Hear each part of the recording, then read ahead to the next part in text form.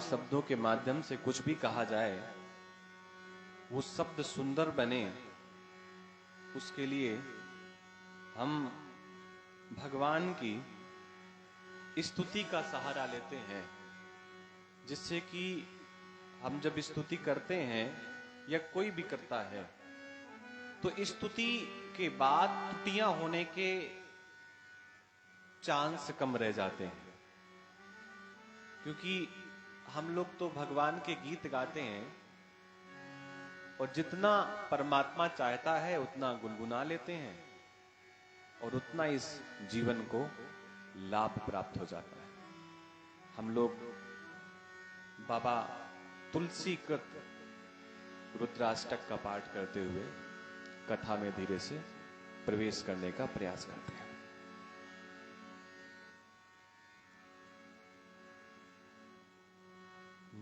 नमामि शमीशान निर्वाण रूपम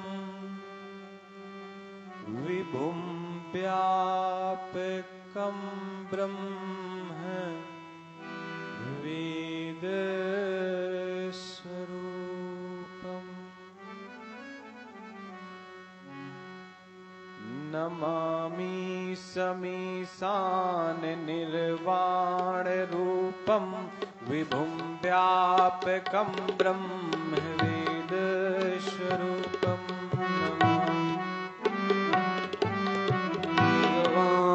रूपं विभुं व्यापकं ब्रह्म वेद स्वरूपं निजं निर्गुणं निर्विकल्पं निरीहं चिदाकाशमाकाशवासं भजेऽहम्।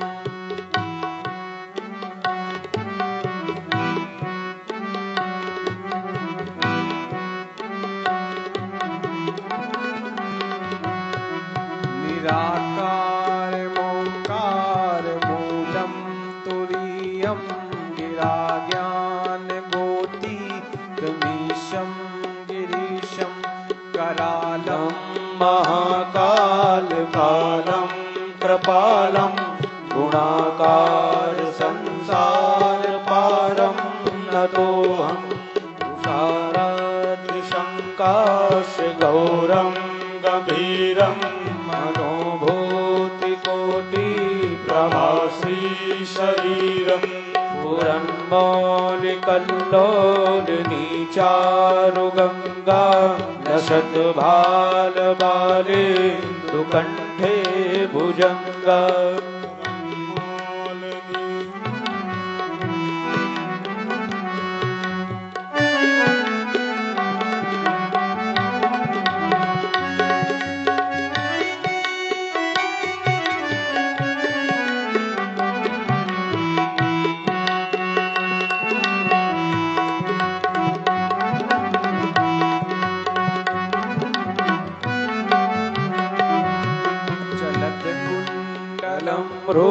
स्वनेत्रं विशालं प्रसन्नाननं नीलकण्ठं दयालं मृगाधीशचरमाम्बरं मोण्डमालं प्रियं शङ्करं सर्वनाथं भजामि।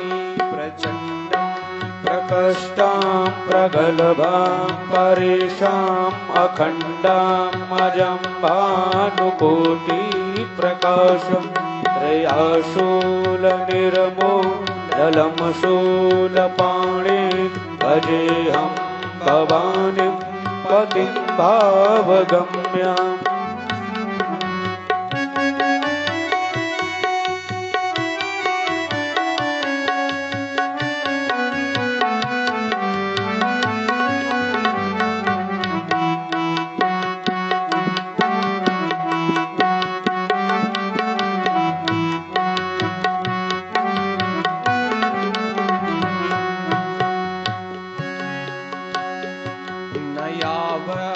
उमानाथ पादारविन्दाम्बजं लोके परिवानराणां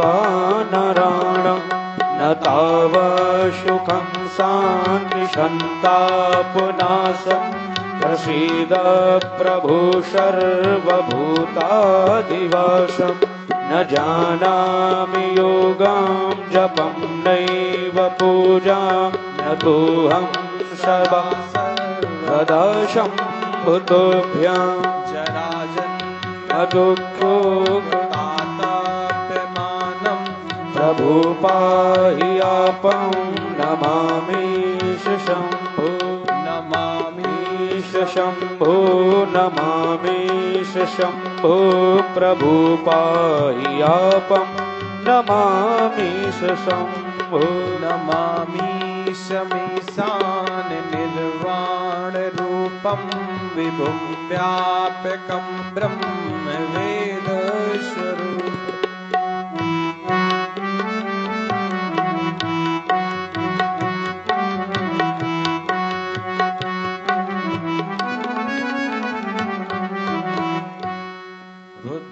रुद्राष्टकमिदं प्रोक्तम् या पठे शिवसन्निधौ शिवलोकमवाप्नोति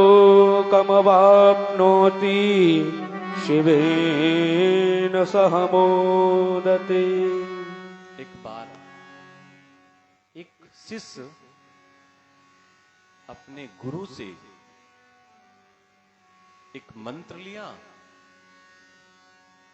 गुरु ने नमः शिवाय का मंत्र दिया। नमः शिवाय के मंत्र का शिष्य जप करने लगा।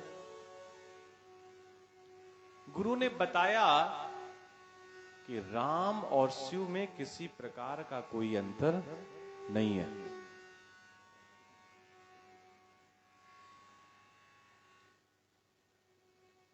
राम और शिव में किसी प्रकार का कोई अंतर नहीं है। लेकिन वो क्या करता, शिव से तो प्रेम करता, समझना बात को, और राम से प्रेम नहीं करता। उसको लगता मेरे तो इष्ट शिव हैं, राम से मुझे प्रेम नहीं करना। लेकिन गुरु बार बार समझाते रहे कि राम और शिव में कोई अंतर नहीं है, दोनों एक ही हैं। लेकिन वो नहीं माना, राम से द्वेष करता रहा, शिव से प्रेम करता रहा। समय बीता, गुरु ने पंचाक्षरी मंत्र दिया था नमः शिवाय। एकाग्र चित्र हो करके नमः शिवाय का वो शिष्य जप करने लगा। भुसुंडी नाम का ब्राह्मण, और भगवान शिव प्रसन्न हो गए। भगवान शिव कैलाश से उतर करके नीचे आने लगे, शिष्य के नमः शिवाय मंत्र के जप से प्रसन्न होकर। अब ये शिष्य तपस्या कर रहा है, कैलाश से उतर करके भगवान महादेव नीचे आ रहे हैं, और भगवान के आने का समाचार उस गुरु को मिला। तो गुरु ने सोचा कि भगवान महादेव मेरे शिष्य से मिलने आ रहे हैं, और मेरा शिष्य अबोध है, उसको जानकारी नहीं है कि भगवान से क्या प्रार्थना करनी है। तो मैं जा करके अपने शिष्य को बताऊंगा कि परमात्मा से ये प्रार्थना की जाती है। अपने शिष्य से मिलने के लिए जब गुरु चल पड़े, तो जब शिष्य ने देखा कि उधर से महादेव आ रहे हैं नंदी पे सवार होकर के, इधर से गुरुजी आ रहे हैं, तो चेले को लगा गुरुजी इस लालच में आ रहे हैं कि भगवान आएंगे तो ये भी कुछ मांग लेंगे। तो गुरुजी ने सोचा, चेले ने सोचा कि ऐसा करो, गुरुजी को किसी प्रकार से भगाओ, क्योंकि तपस्या हमने की है, नमः शिवाय का जप हमने किया है, और इसका फल गुरुजी को मिल जाए। तो जैसे गुरुजी नजदीक आए, तो चेला ने आंख बंद करके बैठ गया, दिखाने के लिए गुरुजी को कि हमने आपको देखा ही नहीं। गुरुजी ने देखा कि मेरा चेला तो आंख बंद किए बैठा है, ये तो तपस्या में बैठा है। तो गुरुजी वापस चलने लगे कि बच्चे को डिस्टर्ब ना किया जाए। लेकिन व्यक्ति व्यक्ति को बेवकूफ बना सकता है, भगवान को बेवकूफ नहीं बना सकता। महादेव ने देखा कि जिस गुरु ने मंत्र दिया है, ये शिष्य उसी गुरु का आदर नहीं कर रहा, मेरा क्या आदर करेगा? तो जो महादेव आशीर्वाद देने आए थे, उन्होंने श्राप दे दिया कि तू नाटक करता है, सर्प के जैसा आंख बंद किए बैठा है, जा सर्प हो जा। लेकिन ये शब्द सुन लिए किसने? गुरुजी ने। गुरुजी को ऐसा लगा कि मेरा चेला अगर सर्प बनेगा तो बदनामी चेले की नहीं होगी, बदनामी तो मेरी होगी। तो गुरुजी वापस आए और गुरुजी इसी स्थिति को गाने लगे, नमामि शमीशाम निर्वाण रूपम विभुम व्यापकम ब्रह्म वेद स्वरूपम। इस स्थिति को जब गुरुजी ने गाया तो जो महादेव वापस कैलाश जा रहे थे, उनका नंदी वापस आ गया। भगवान महादेव ने पूछा उन गुरु से कि आखिर आपने इतनी सुंदर स्तुति गाई और हमें प्रसन्न किया है, आप हमसे क्या चाहते हैं? तो शिष्य ने, गुरुजी ने कहा भगवान महादेव से कि भगवान हमें आपसे कुछ नहीं चाहिए, हमने तो केवल स्तुति और प्रार्थना आपकी इसलिए की है कि जो आपने हमारे शिष्य को श्राप दिया है, किसी प्रकार से वो श्राप आशीर्वाद में परिवर्तित हो जाए। भगवान महादेव प्रसन्न हो गए। उन्होंने कहा कोई बात नहीं, मैं श्राप तो मैंने दे दिया कि सर्प बनेगा, और ये सर्प बनेगा, इसमें कोई शक नहीं है, लेकिन ये जब चाहेगा अपने शरीर को छोड़ सकता है और नया शरीर प्राप्त कर सकता है, और ऐसा करने में, शरीर छोड़ने में इसको किसी प्रकार का कष्ट भी नहीं होगा। वही भुसुंडी नाम के ब्राह्मण अनेक बार सर्प बने और फिर वही कौवा बन गए। कौवा क्यों बने? क्योंकि मनुष्य नहीं इसलिए बने क्योंकि मनुष्य बनते तो कपड़े पहनने पड़ते, भोजन की व्यवस्था करनी पड़ती, घर परिवार तमाम व्यवस्थाएं होती, राम जी के दर्शन करने जाने होते तो आज्ञा लेकर के द्वारपालों से जाना पड़ता। लेकिन वो कौवा बन गए कि ना कपड़ों की चिंता, न वस्त्र की चिंता, न नहाने धोने की चिंता, न तीज त्योहार की चिंता, और अगर कभी राम और शिव के दर्शन करने हो तो कोई बाध्यता नहीं, जब चाहो उड़ करके चले जाओ। और वही ब्राह्मण बाद में कागभुसुंड जी बने, जो हिमालय की कंदराओं में नीलगिरी पर्वत में बैठ करके राम कथा सुनाते हैं। और भगवान महादेव को भी जब राम कथा सुननी होती है तो वो जाकर के इन्हीं कागभुसुंड जी के पास जाते हैं। कितनी सुंदर स्तुति है, इतनी आसान, नमामि शमीशाम निर्वाण रूपम विभुम व्यापकम ब्रह्म वेद स्वरूपम। भगवान को कैसे प्राप्त किया जाए, ये प्रश्न बार बार परीक्षित सुखदेव से पूछ रहे हैं। सुखदेव जी उन्हें अनेकों प्रकार से भूमिका बना रहे हैं, और भूमिका बनाते बनाते वो कहते हैं, जितासनो जित श्वासो जित संगो जितेन्द्रिया स्थूले भगवतो रूपे मनः संधार्ये दिया।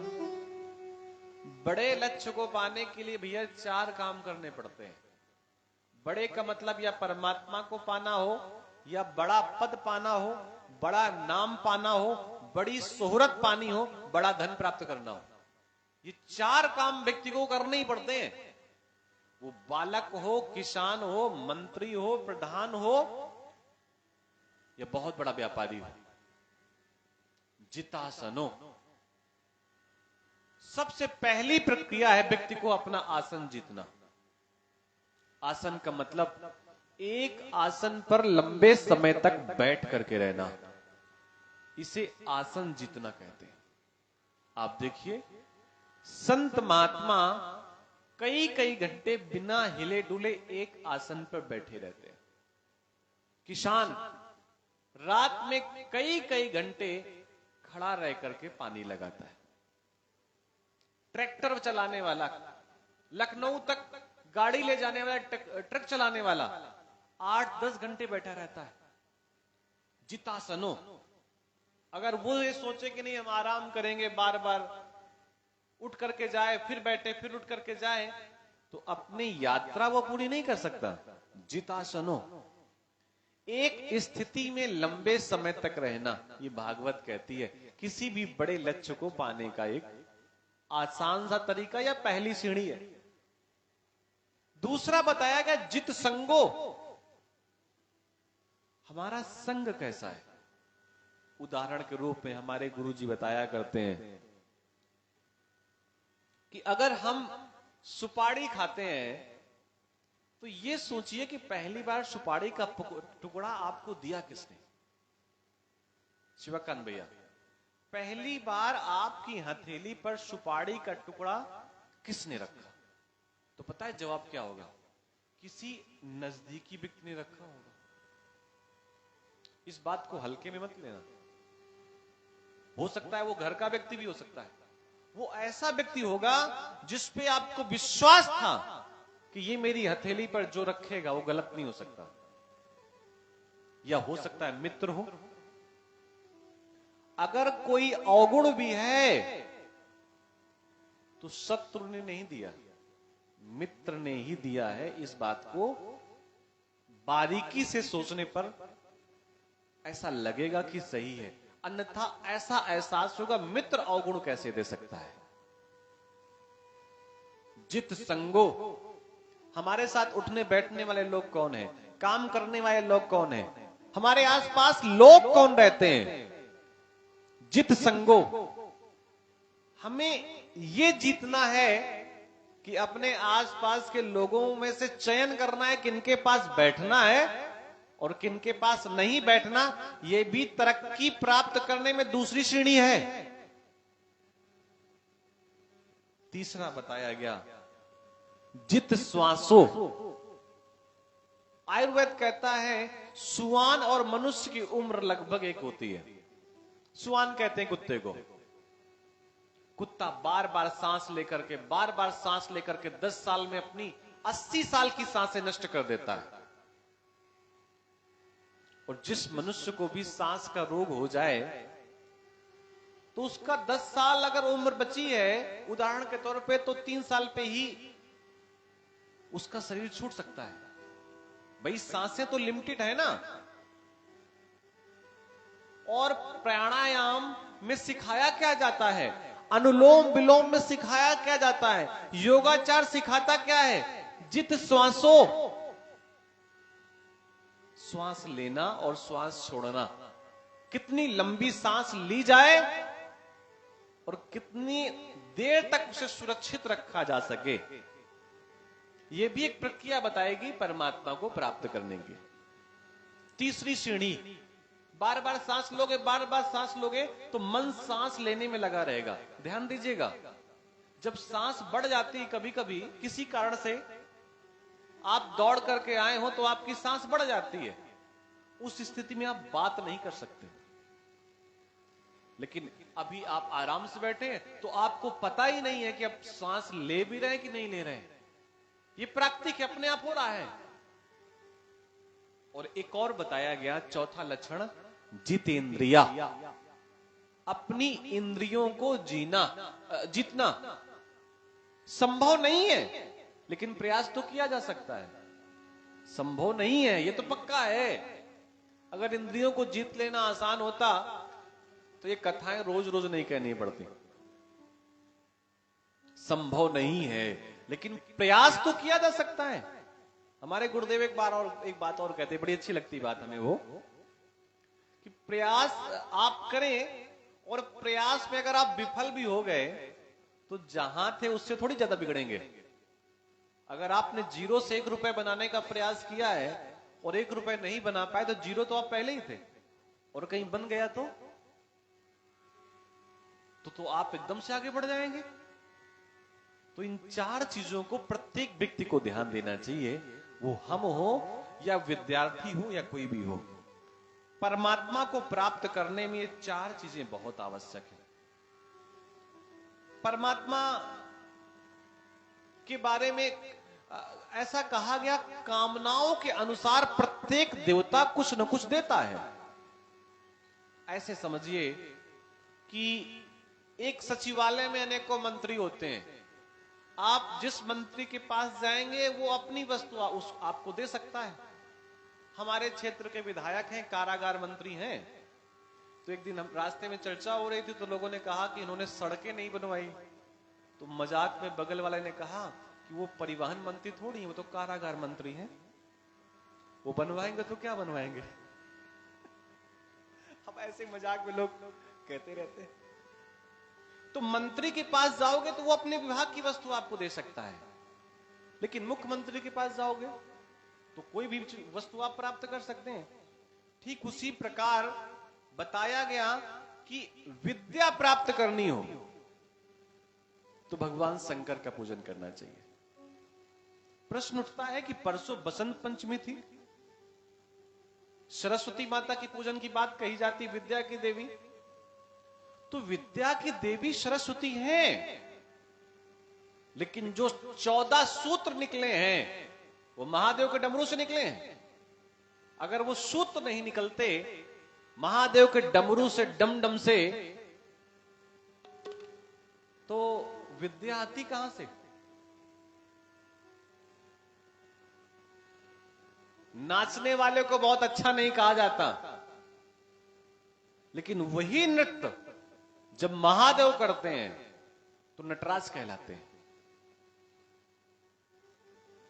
जो संगीत के प्रमुख देवता हैं, विद्या के प्रमुख देवता हैं, वो भगवान महादेव हैं। उदाहरण देते हैं आपको हम। जब भगवान पढ़ने गए हैं तो बिठूर नहीं आए, कलकत्ता नहीं गए, मथुरा नहीं गए, द्वारिका नहीं गए। भगवान कृष्ण पढ़ने के लिए कहां गए? महाकालेश्वर। शिव के गांव में गए हैं, शिव की नगरी में गए हैं। आज के जमाने में अनेकों विद्यालय बड़े बड़े माने जाते हैं, लेकिन फिर भी लोग कहते हैं कहां से पढ़े हो? काशी के ब्राह्मण हो क्या? काशी गांव किसका है? महादेव का। बनारस, विद्या के देवता कौन है? भगवान शंकर। तो विद्या प्राप्त करनी हो तो भगवान शंकर का पूजन करना चाहिए। पहले के जमाने में धन मटके में रखा जाता था, और मटके में ही जल रखा जाता है या कलश में, और पंडित जी जब कलश में पूजन करवाते हैं तो वरुण का पूजन करवाते हैं। तो धन प्राप्ति के लिए वरुण का पूजन करना चाहिए। अगर यश चाहिए, यश, तो यश प्राप्त कैसे होता है? यज्ञ से। अग्नि की लौ देखिए कितनी चमकती है। आप कूड़ा जलाओ या लकड़ी जलाओ, अग्नि अपने आप में चमकदार होती है। अपवित्र वस्तु को भी वो अग्नि पवित्र बना देती है। जिस मरे हुए शरीर को लोग छूना नहीं पसंद करते, उस मृत काया के जलने के बाद बची हुई राख को भगवान महादेव अपने शरीर पर आलेपन करते हैं। अग्नि के बाद वो बची हुई राख शुद्ध हो जाती है। अगर बहुत भोग की इच्छा हो तो चंद्रमा का पूजन बताया गया, और इस प्रकार अनेक देवी देवताओं का अलग अलग पूजन बताया गया। इंद्र का करेंगे तो क्या लाभ होगा, लेकिन ये सारी चीजें अगर एक साथ चाहिए तो उसके लिए बताया गया कृष्ण का पूजन करना चाहिए, श्री कृष्ण का, भगवान नारायण का पूजन करना चाहिए। भगवान नारायण के पूजन से प्रत्येक वस्तु बड़ी सुलभ हो जाती है। कथा के क्रम में आता है कि कश्यप की अनेकों पत्नियां बताई गई, जिनमें से 2 पत्नियां प्रमुख, दिति और अदिति। दिति ने देवताओं को जन्म दिया, दिति ने दैत्यों को जन्म दिया और अदिति ने देवताओं को। अब यहां बहुत समझने की आवश्यकता है। ये दोनों बहनें हैं, इन दोनों के पति एक हैं, इन दोनों के माता पिता एक हैं, बस दोनों का अपना स्वभाव अलग है। तो स्वभाव अलग होने का परिणाम कि एक ही पिता की संतानें हैं, देवता और दैत्य, दोनों भाई भाई हैं। रावण जिस लंका में रहता था, उस लंका में पहले रावण का भाई कुबेर रहता था। और कुबेर का मतलब देवताओं का कोषाध्यक्ष। उसने धन खर्च करके लंका को सुंदर बनाया और रावण ने उसमें कब्जा कर लिया। रावण को क्या पता कि लंका सोने की कैसे होती है और कितनी सुंदर बनाई जाती है। तो है तो दोनों भाई भाई, लेकिन माताओं के चरित्र के अनुसार बच्चों का चरित्र है। एक बात ध्यान देना, बेटा कभी भी अपने बाप की भाषा नहीं बोलता। बेटा हमेशा बोलता है तो अपनी मां की भाषा बोलता है। और ये कथा भी कहती है एक बात और, कि कभी भी जैसे कोई पूछता है तो लोग कहते हैं तुम्हारी मातृभाषा क्या है, क्या पितृभाषा कहते हैं क्या? समझना बात, एक एक शब्द। तो भाषा पे अधिकार किसका है? मां का। तो बच्चा जो कुछ भी बोलता है वो मां की भाषा बोल रहा होता है।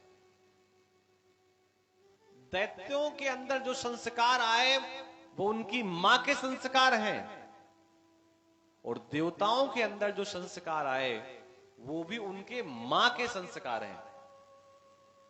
रावण के पिता में कोई दोष नहीं था। ऋषि पुलस्त इतने बड़े ऋषि के पौत्र है रावण, लेकिन दोष नहीं कह सकते। लेकिन मां उनके राक्षस कुल की थी, तो रावण ब्राह्मण होते हुए भी एक भयंकर सबसे बड़ा राक्षस बना। तो मां की विशेष विशेषता है बच्चों के लालन पालन पोषण और उसकी भाषा में। ऐसे समझिए कि जैसे मां यमुना के पार उस गांव की हो और पिता इधर का हो, तो भले ही बच्चे को पिता की भाषा ना आती हो, लेकिन मां अपनी भाषा सिखा देगी। एक श्लोक आता है, काका कृष्णा पिका कृष्णा को भेदा पिक काकयो, बसंत समय प्राप्ते काका काका पिका पिका। काका कृष्णा पिका कृष्णा, कृष्ण कहते हैं काले को। कोयल और कौवे दोनों का रंग कैसा होता है? एक जैसा। अगर बोले नहीं तो पहचानना कठिन हो जाएगा कि कोयल है कि कौवा है। लेकिन कोयल अपने बच्चे अंडे को जन्म तो देती है, पालन नहीं करती। लेकिन कौवा जब अंडे को फोड़ देता है तो कोयल कहीं दूर बैठ करके अपनी भाषा सिखाती रहती है कि उसको देख करके अपनी मां ना समझना, मैं हूं मां तेरी। और वो वहां से गीत गाती है कोयल, और बताती रहती है कौवे के पास उस छोटे से चूजे को कि मैं तेरी मां हूं, मैं यहां हूं, अभी तू वहां कुछ दिन रहे, लेकिन जब उड़ने के लायक हो जाना तो मेरे पास आ जाना। और भाषा वो दूर से सिखा रही होती कौवे को। तो जीव अपनी मां की भाषा बोलता है। हम कथा में तो बढ़ते रहेंगे, थोड़ा सा संगीत का भी सहारा लेते रहेंगे। बोलिए वृंदावन बिहारी लाल की जय हो।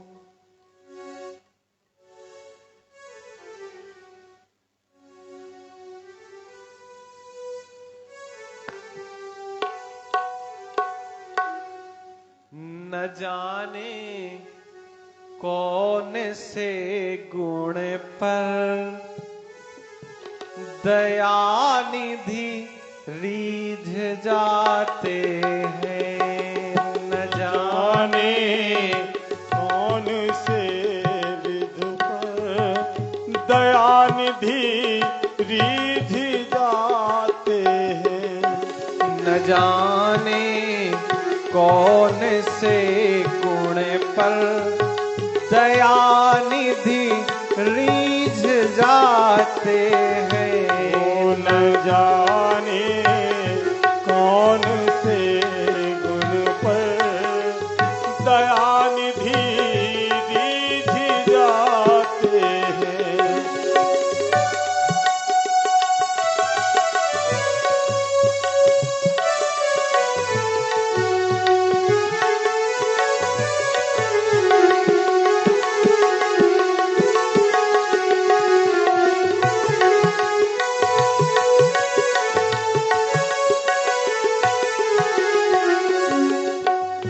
जितने भजन हैं, इन भजन में भी कथा घुसी हुई है। नहीं स्वीकार करते हैं निमंत्रण नृप सुयोधन का। नहीं स्वीकार करते हैं नृपो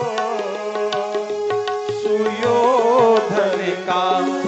विदुर के घर पहुँच कर भूप, विदुर के घर पहुँच कर भूप छिलकों का लगाते हैं।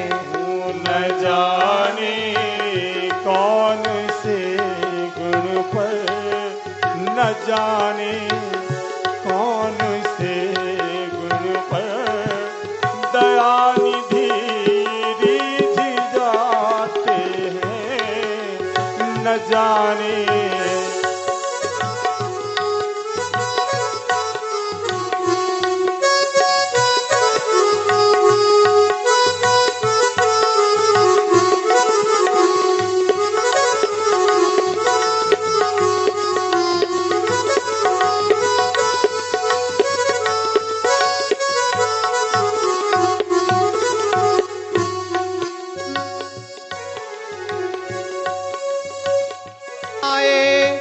मधुपुरी से गोपियों की दुख व्यथा सुनकर न आए।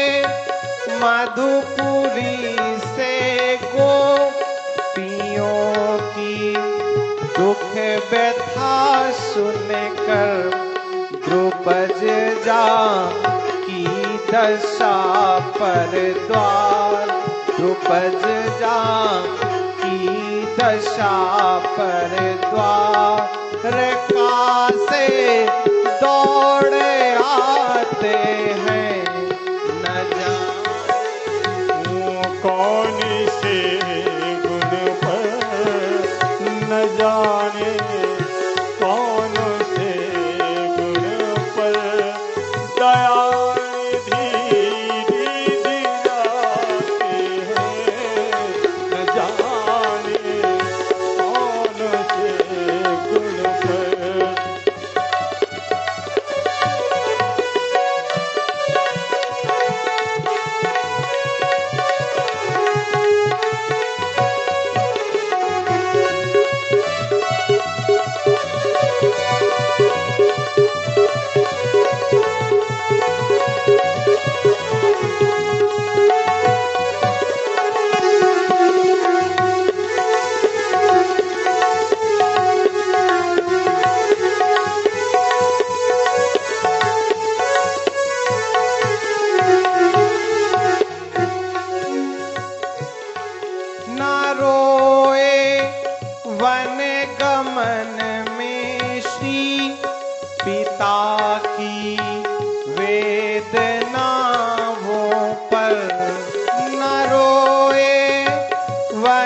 गमन में श्री पिता की वेदनाओं पर उठा कर गीत को निज गोद, उठा कर गीत को निज गोद में आंसू बहाते हैं।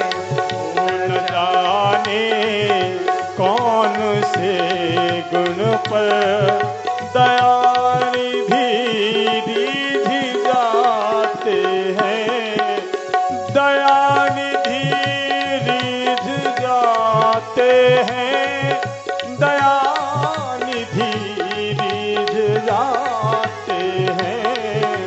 न जाने कौन से गुण पर दया निधि रीझ जाते हैं।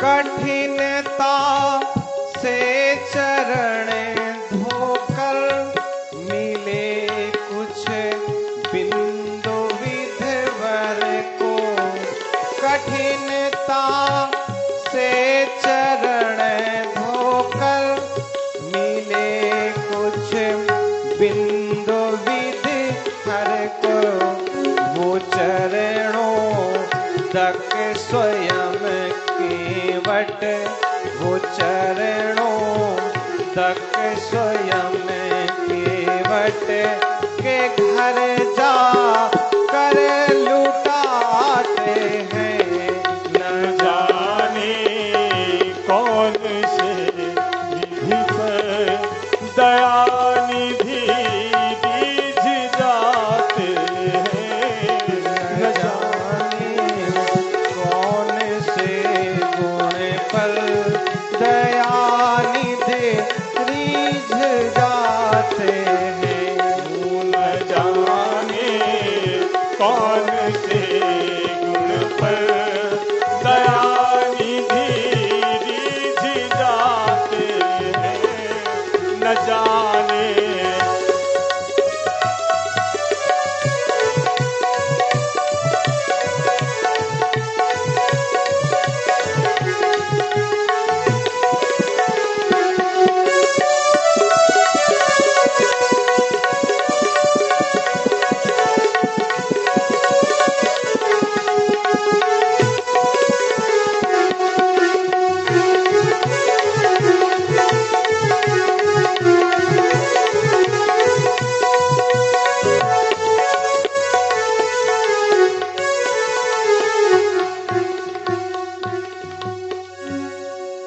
न रोए वन गमन में श्री पिता की वेदनाओं पर, पिता की वेदनाओं पे बिल्कुल भी नहीं रोए।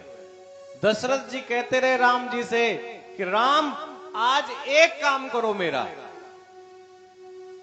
तो राम जी ने कहा पिताजी जीवन भर आपके कार्य करते आए, आज भी करेंगे, आप आदेश दीजिए।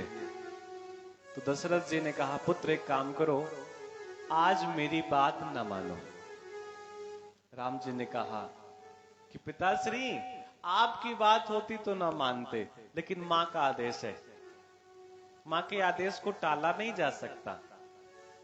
तो पिता की वेदनाओं पे बिल्कुल भी नहीं रोए, लेकिन द्रुपदा द्रौपदी को देख करके पता नहीं अनायास भगवान के अश्रु निकल आए। गीत जटायु को देख करके भगवान बिलक बिलक कर रोए हैं। तो इस भजन में बिंदु महाराज एक कवि हुए हैं, बिंदु। बहुत सारे पद उन्होंने लिखे हैं परमात्मा के लिए। वो एक ही बात कहते हैं, न जाने कौन से गुण पर दया निधि रीझ जाते हैं। भैया हमको ये नहीं सोचना कि समाज क्या कहता है, लोग क्या कहेंगे, अपना काम करना है बस। पता नहीं परमात्मा किस गुण से प्रसन्न हो जाए। एक भक्त ने भगवान से कहा, समझना बात ध्यान से, भगवान प्रसन्न हो गए। भगवान ने कहा कुछ मांग लो। भक्त ने कहा कि भगवान मांग तो लें, लेकिन जो आपसे मांगेंगे वो मांगने लायक नहीं है माता जी।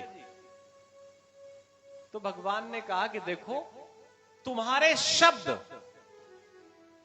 जो होंगे मैं उसे पूरा करूंगा। भक्त ने कहा भगवान आप बहुत अच्छे लगते हैं। भगवान ने कहा हाँ हाँ वो ठीक है, कुछ मांगो।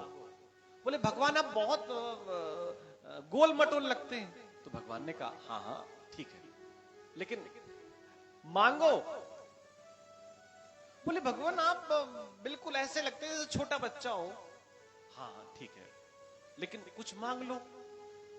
तो फिर उसने कह दिया भगवान आप मुझे बड़े प्यारे लगते हैं। तो भगवान ने कहा अब तारीफ बंद करो, पहले मांगो। तो उस भक्त ने कहा कि भगवान हमें आपको खाने की इच्छा हो रही है।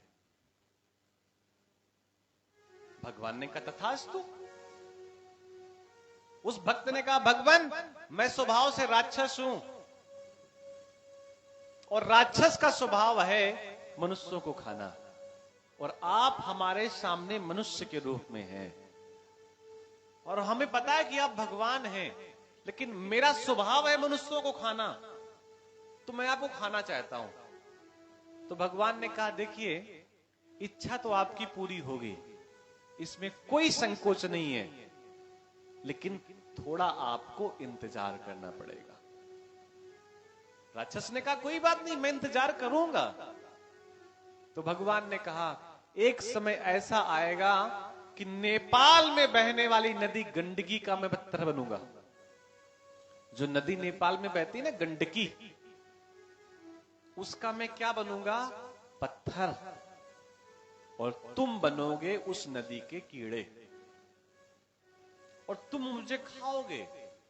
वो कीड़ा पत्थर ही खाता है और कुछ नहीं खाता, और खाने के बाद जो पत्थर कट करके गिर जाएगा, छोटा टुकड़ा बन जाएगा, वो पूजित होगा, और ऐसा पूजित होगा कि उसमें मंत्रों से स्थापना की आवश्यकता नहीं होगी, और उस मूर्ति का नाम होगा शालिग्राम। क्या नाम होगा? शालिग्राम। बोलिए शालिग्राम भगवान की जय हो। आप कभी भी गौर करना, अपने घर पे जो आप शालिग्राम लाओगे, वो कुछ कहीं न कहीं कटे पिटे जरूर होंगे। तो बहुत बार मन में व्यवधान आता है कि ये तो टूटे फूटे। एक बात और, शालिग्राम बाजार में नहीं मिलते। आप कहेंगे ऐसा कह रहे हैं। जिनको हम शालिग्राम समझ करके अपने घर पे स्थापित करते हैं, वो शालिग्राम इतने आसान नहीं है कि सबको ऐसे ही मिल जाएं। वो तो तभी मिलेंगे, जैसे जगन्नाथ आप जाएंगे ना, तो बेत तो जगन्नाथ में मिलेंगे, बाकी कोई नकली बांस टेढ़ा करके बेच दे हमीरपुर की गलियों में, तो एक अलग बात है। तो असली शालिग्राम कहां मिलेंगे? नेपाल में। पहचान, कोई ना कोई उसमें चित्र बना होता है भगवान का, कटा हुआ वो होगा। और एक बात और, उस पत्थरों में सोना और चांदी भी होता है, चमक होती है। तो शालिग्राम बने भगवान, और वो राक्षस वहां का कीड़ा बना। और फिर कहने का मतलब है, न जाने कौन से गुण पर दया निधि रीझ जाते हैं। अगर तुलसी को जल दे रहे हैं, गाय को रोटी खिला रहे हैं, आए हुए अतिथि को भोजन करवा रहे हैं, पता नहीं किस गुण से परमात्मा प्रसन्न हो जाए, ये हमें बिल्कुल नहीं पता है। बस हम केवल कर्म करते रहे। एक चौपाई है ना, भाए कुभाए अनख आलसहु, नाम जपत मंगल दिश दसहु। पता है इसका मतलब क्या है? भगवान की इतनी करुणा है, ये ऐसा नहीं है कि ऐसा हो जाता है। भगवान की इतनी करुणा है कि इन अवस्थाओं में भी अगर परमात्मा का नाम लिया जाए तो ऐसी आप आलस्य में भगवान का नाम ले रहे हैं। आप किसी के सामने 2-3 बार मुंह खोल के देखिए, लोग कहेंगे शांत बैठो, सोना है तो सो जा करके मुंह मत खोलो मेरे सामने बार बार, अच्छा नहीं लगता देखने में। भाए कुभाए अनख आलसहु, धोखे से भी अगर परमात्मा का नाम मुख से निकल जाए तो वो कहीं न कहीं हमारे जुड़ जाता है पत्रिका में। एक कथा हमने सुनी थी, एक संत कहीं गांव से निकले तो गांव का एक व्यक्ति था, परमात्मा से द्वेष करता था। लोगों ने संत महात्माओं से कहा कि इसके कल्याण का कम से कम कोई तो उपाय कर दो। अच्छा, संत कल्याण ही करने के लिए होते हैं। तो संत ने कहा ठीक है, मैं प्रयास करता हूं। उस व्यक्ति के पास गए जो भगवान से द्वेष करता था। संत ने कहा एक काम करो कि राम राम जपा करो। बोले ना ना ना, ये तो नाम मैं ले ही नहीं सकता। तो संत को कल्याण करना था। संत ने कहा ऐसा करो, मेरे कहने से एक बार राम कह दो। ये संत महात्मा कथा सुनाते, लेकिन इस नाम के बदले कोई कहे कुछ मांग लो तो मांगना नहीं, एक बार राम कहने के बदले। लेकिन अगर देने वाला जिद करे कि मैं तो दूं, मुझे तो देना है, तो ये कह देना कि राम नाम के बदले जो देना वो दे दीजिए, लेकिन राम नाम के बदले मैं कुछ नहीं मांगूंगा। उसने एक बार परमात्मा के कहने से राम कह दिया। मृत्यु का समय सबके साथ आता है। शरीर शांत हो गया, जब वो आकाश मंडल पे गया यम देवता के पास, तो यम देवता ने कहा इसका भाई हिसाब देखा जाए। तो दूतों ने कहा महाराज इस आत्मा ने जीवन भर पाप किए हैं, कभी इसने सत्संग नहीं किया। तभी उस व्यक्ति को बात याद आई कि एक बार मैंने राम नाम लिया था। उसने कहा हाँ ये बात तो सही है कि मैंने जीवन भर पाप किया है, लेकिन डायरी में चेक करो एक बार मैंने राम नाम लिया था। उस पत्रिका में देखा गया बही खाते में, तो एक जगह राम लिखा मिला कि इस व्यक्ति ने जीवन में एक बार राम कहा है। यमराज ने कहा इतने इसने पाप किए हैं कि इसको तो नरक ही मिलेगा, लेकिन एक बार राम नाम इसने कहा है तो चलो इसको थोड़ा सा सुख प्रदान कर देते हैं। उसने कहा ये बताओ इस राम नाम के बदले आप क्या चाहते हैं। आत्मा को याद आया कि संत ने कहा था राम नाम के बदले कुछ मांगना नहीं। उसने कहा देखो हमें कुछ नहीं चाहिए राम नाम के बदले, लेकिन इस राम नाम के बदले जो दिया जाता हो आप दे दीजिए, मैं मांगूंगा नहीं। अब उसको पता ही नहीं था एक बार राम नाम लेने का परिणाम क्या होता है। अपने पिता के पास गया, ब्रह्मा जी के पास गया। ब्रह्मा जी से कहा कि ये बताओ ब्रह्मदेव, एक बार राम नाम लेने का फल क्या है। तो ये बात ब्रह्मा जी को भी नहीं पता थी। ब्रह्मा जी ने कहा देखो हमारे 4 मुख हैं और 4 मुखों से हम चारों वेदों का पाठ करते रहते हैं। एक बार राम नाम लेने का क्या फल है ये हमको नहीं पता। ऐसा करो ना, जो राम का नाम दिन भर लेते हैं उनके पास चलो। तुम पुनि राम राम दिन राती, ये भगवान शंकर के लिए कहा गया। वो आत्मा यमराज ब्रह्मा जी तीनों मिल करके महादेव के पास गए।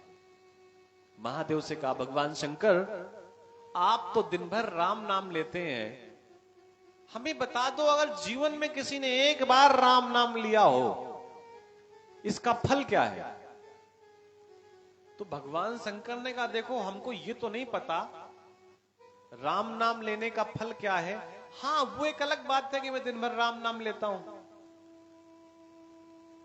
तो भगवान शंकर ने एक सलाह, जिनका ये नाम है उन्हीं के पास चलते हैं ना और उन्हीं से पूछ आते हैं वो आत्मा, यमराज, ब्रह्मदेव, भगवान शंकर, ये चारों मिलकर के भगवान नारायण के पास पहुंचे। सभी ने भगवान को प्रणाम किया। भगवान ने इन चारों लोगों को देखा, प्रसन्न होकर के भगवान नारायण ने कहा कि आने का कारण? तो भगवान शंकर ने कहा कि भगवान, हम आपके पास ये जानने आए हैं कि कोई व्यक्ति अगर जीवन में एक बार राम का नाम ले ले तो उसका परिणाम क्या होता है? तो भगवान शंकर ने कहा कि देखो, ये तो हमको, विष्णु ने कहा कि ये तो हमको भी नहीं पता है कि मेरा एक बार कोई नाम ले ले तो इसका परिणाम क्या है। लेकिन भगवान विष्णु ने एक बात और कह दी कि ये बताओ, ये कौन है जिसको लेकर के आए हो?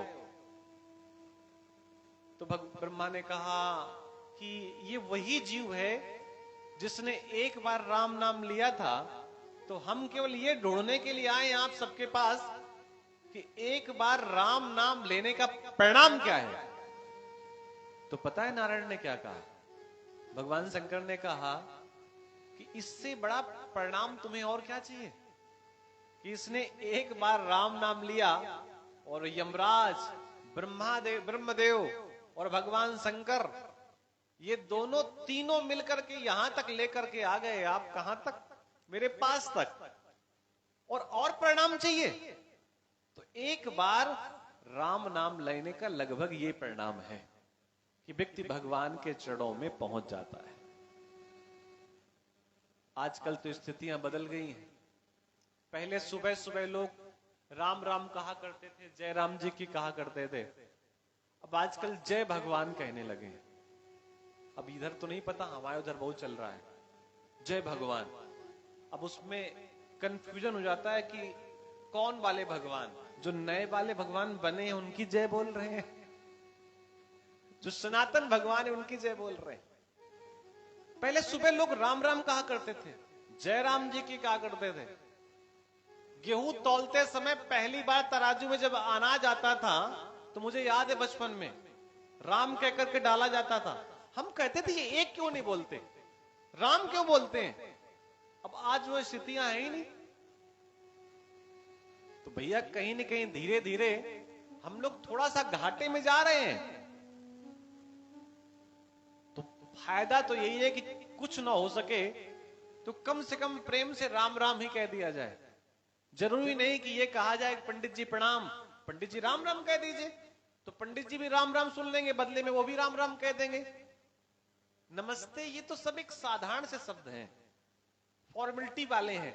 कभी आप किसी से नमस्ते कहना, आपको अंदर से कोई भाव नहीं जगेगा। लेकिन राम राम कहेंगे तो निश्चित कोई ना कोई भाव आपके अंदर आएगा। बोलिए वृंदावन बिहारी लाल की जय हो। आते जाते हुए, सब लोग गाया करिए।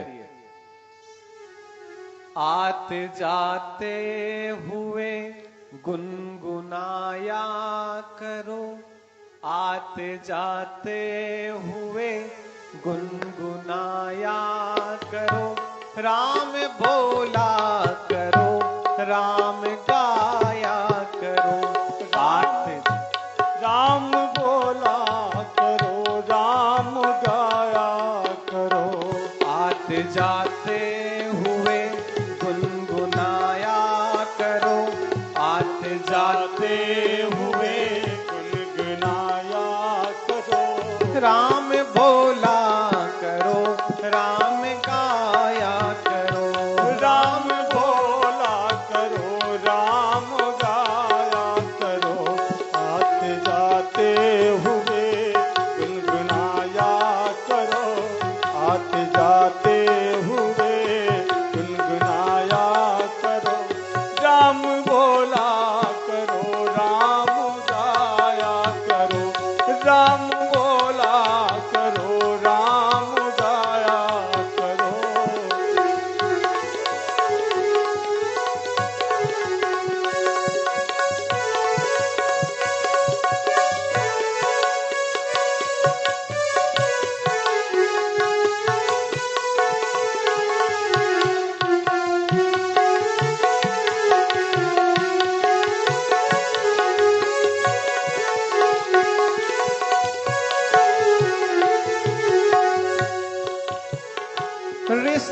रखते हो जैसे तुम संसार से, रिश्ता रखते हो जैसे तुम संसार से, रिश्ता रखते हो जैसे तुम संसार से, रिश्ता रखते हो जैसे तुम संसार से।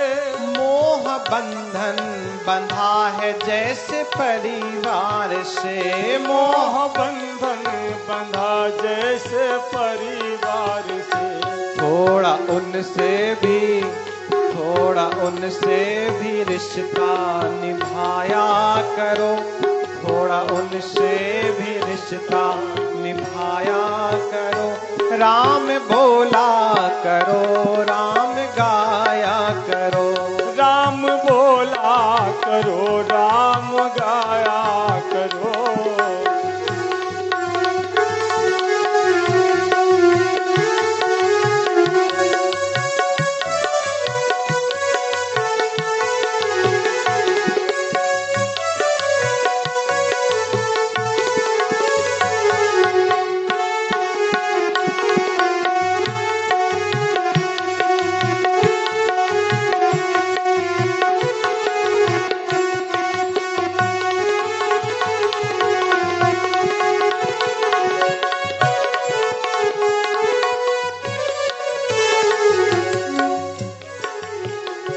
कौन कहता है कि छोड़ कर काम को, कौन कहता है कि काम को छोड़ कर, कौन कहता है कि छोड़ कर काम को, कौन कहता है कि छोड़ कर काम को। अच्छा हो याद रखो अगर राम को, अच्छा हो याद रखो राम को।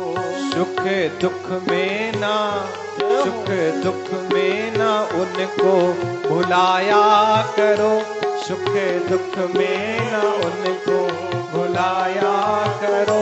राम बोला करो, राम गाया करो, राम बोला करो, राम गाया करो, राम गाया करो, राम गाया करो, राम गाया करो, राम गाया करो, राम गाया करो, गुनगुनाया करो।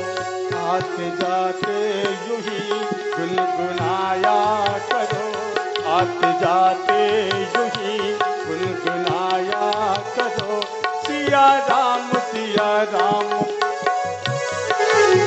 ओ सीता राम जय जय राम मिलके गाया करो।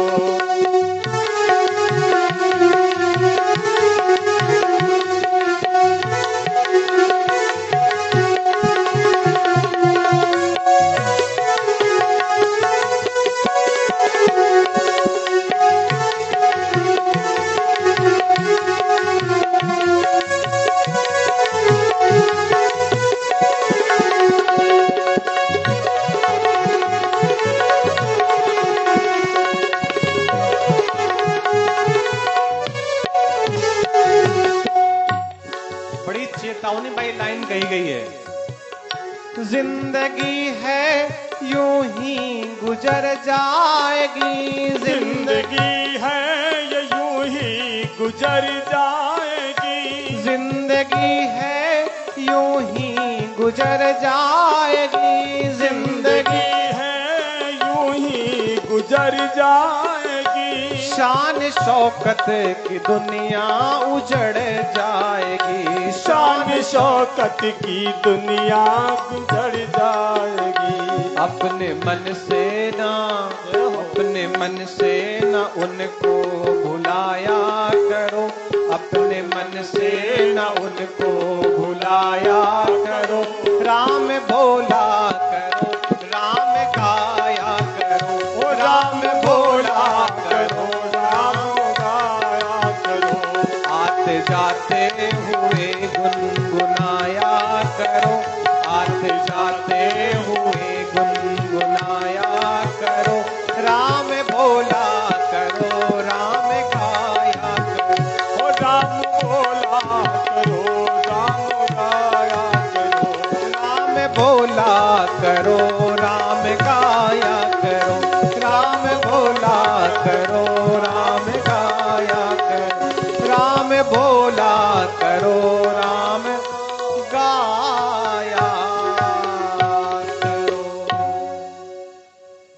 आते जाते हुए गुनगुनाया करो, राम बोला करो, राम गाया करो। राम राम पता है बोलने से क्या फायदा है? आप किसी से भी बात करना चाहो तो उससे कह दो चाचा राम राम, तो तत्काल जवाब देगा राम राम। और जब वो बोल दे राम राम तो अपनी बात करना शुरू कर दो। बोलो भाई, इससे आसान तरीका और क्या हो सकता है किसी से बात करने का? समझना कि मृत्यु के बाद कोई और गीत नहीं गाया जाता, केवल राम का नाम लिया जाता है। और पता है, मृत्यु के समय जब कोई राम राम का नाम लेता है तो राम नाम का नाम जिसके लिए लिया जा रहा है वो सुनने की स्थिति में नहीं है। जिसके लिए राम नाम कहा जा रहा है वो सुनने की स्थिति में नहीं है, और जो गा रहे हैं वो समझने की स्थिति में नहीं है। लेकिन क्या इसका मतलब यह कह दिया जाए कि राम नाम लेना व्यर्थ है? नहीं, व्यर्थ नहीं है। लेकिन जो गा रहे हैं वो समझने की स्थिति में नहीं है, और जिसके लिए गा रहे हैं उसके कान नहीं है, उसकी तो सांसें बंद हो गई है ना, तो अब वो क्या सुनेगा? राम नाम आधार जगत में, राम नाम आधार है जगत का। दीवार जब बनाते हैं तो पहले आधार रखते हैं ना, तो राम नाम क्या है? आधार। आप कभी गौर करना कि किसी के यहां कोई हानि हो गई हो तो लोग कहते हैं इनके राम चले गए, इनके शरीर से राम क्या हो गए? चले गए। और किसी के यहां बेटा हुआ हो तो लोग कहते हैं राम आ गए। किसी को बहुत कष्ट हो तो लोग राम का नाम याद करते हैं। कहीं बहुत गंदगी पड़ी हो तो भी लोग कहते हैं राम राम। कितनी गंदगी पड़ी है, ऐसा लगता है राम राम कहने से कोई पर्दा पड़ गया। तो भैया ये राम नाम है ही ऐसा। वाल्मीकि ने सिद्ध कर दिया कि कितना भी बड़ा किसी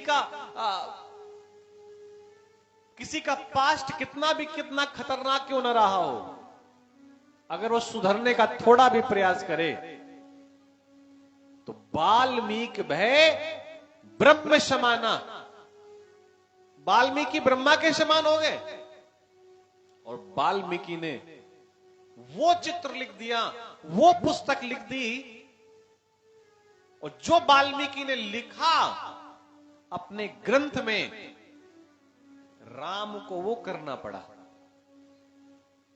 राम के बाद वाल्मीकि ने रामायण नहीं लिखी, राम के करने के पहले ही सब लिख करके बंद करके रख दिया।